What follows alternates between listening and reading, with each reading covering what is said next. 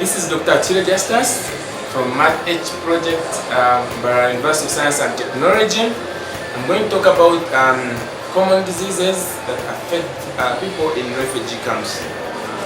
I'm going to talk about malaria. Malaria, normally we talk about malaria fever, which is always on and off, and it is caused by a protozoan parasite. So that parasite likes feeding on red blood cells.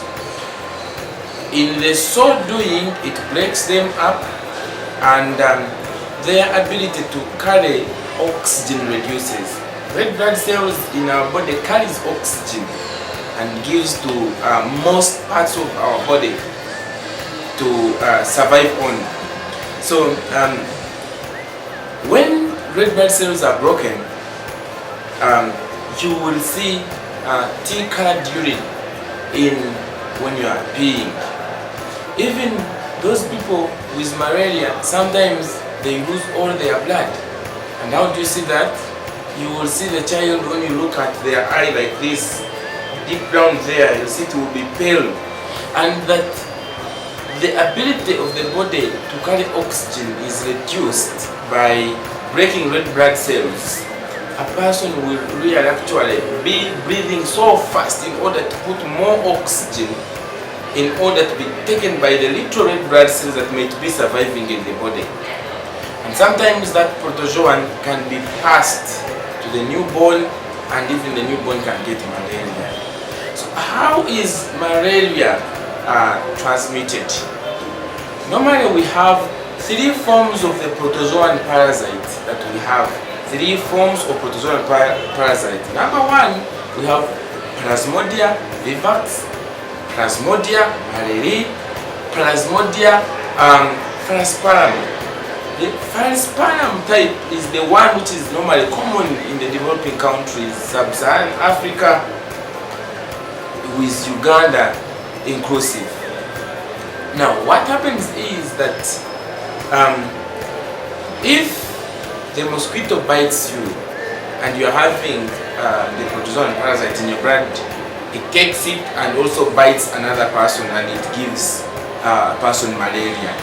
So that means that in a house where most people are many, like if you're sleeping in a single room and you are many, when one person gets malaria, then one mosquito can even infect like 4 people at the same night. Now, it means that since the protozoan parasite lives in red blood cells in your blood, it means that if I prick you and I also prick another one, through tearing of objects, sharp objects, you also get malaria. Now, we have seen that those Plasmodium falciparum is the number one cause of malaria in Sub-Saharan Africa, even in Uganda. That falciparum parasite normally moves at night, likes moving at night when most people are really sleeping. That is when you cannot even hear the bite. So it will bite you, bite a friend, the whole family will be infected. So the question is, where do those malaria parasites stay during the day? They stay around the walls in your building, they stay in broken pots outside, they even stay in bushes around your home. So it means if you have broken pots, bushes, you have a high chance of getting those malaria parasites coming to bite you. Now, what are the signs and symptoms that a person has malaria? Normally in a few days, especially within the first week, when you have got malaria, normally you have headache, you have little bit of fevers, they are there on and off. So the symptoms in the first week, they are not really, you cannot tell that you have malaria. Slight headache, muscle aches, feel like you have muscle aches. Now, if that malaria is not treated for some time, normally those parasites within the blood, we have said it moves and enters into the red blood cells. It can move even into your brain. And when those red blood cells are broken and the leftovers of the red blood cells get stuck into the vessels of the brain or affects the brain itself, you get what we call cerebral malaria. How do we know that the person has cerebral malaria? Someone can even break down. You break down when you are standing, you fall down, you become restlessness. You have confusion. You see a child is confused at home, you have high-grade fevers of even 40 degrees Celsius. That there, someone has high-grade fevers. You have chills and rigors. You're shaking. But the most important sign that you know that this person has cerebral malaria is confusion. Person is confused, and then you know he has malaria, which has entered into the head.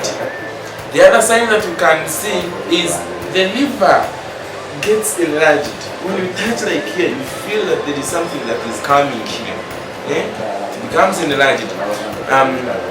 Even your spleen becomes enlarged. You touch here, you find your spleen is very much enlarged. How can we prevent malaria? I've told you, one, the mosquitoes stay in broken pots. So you make sure that the broken pots or garbages around your home, even around the school, you remove them, you clean them out. Two, you said that they even hang within the house in the walls. So in the morning you open the ventilators, you try to even move them if you can see them on the walls. Then another one, we've talked about sharing instruments. You make sure that you don't share sharp instruments. Then another method, if you're staying in at home when you are all in the same room, or at school in the same dormitory where you are all piled up, one mosquito can affect you. So the best method is that you can use a mosquito net that is treated with a medicine that keeps away mosquitoes. Everybody should have a mosquito net. You ask your parents, you ask your teachers, at least to see if they can get you a mosquito net.